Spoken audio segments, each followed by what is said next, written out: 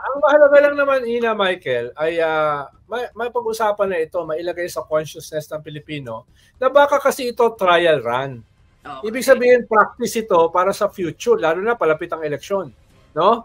Sa next year. So, pwede itong trial run. Lalo na parating yung ICC, di ba? Lalo na, nag-escalate yung banggaan sa West Philippine Sea. So, maraming mga crucial events na mangyayari na pwedeng gusto ng mga iba sigurong actors impluwensyahan yung resulta, no? By creating this deep fake or cheap fake.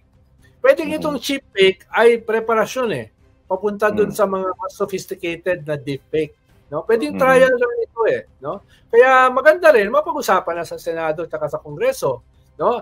Matitrace mo naman yan yung mga magagaling, no? Matitrace yung URL yan saan ba yan galing, no? Halimbawa, yung website ng atin ito, no, niluluso, binahack no, may firewall doon no? Pero natitrace nila saan ang galing.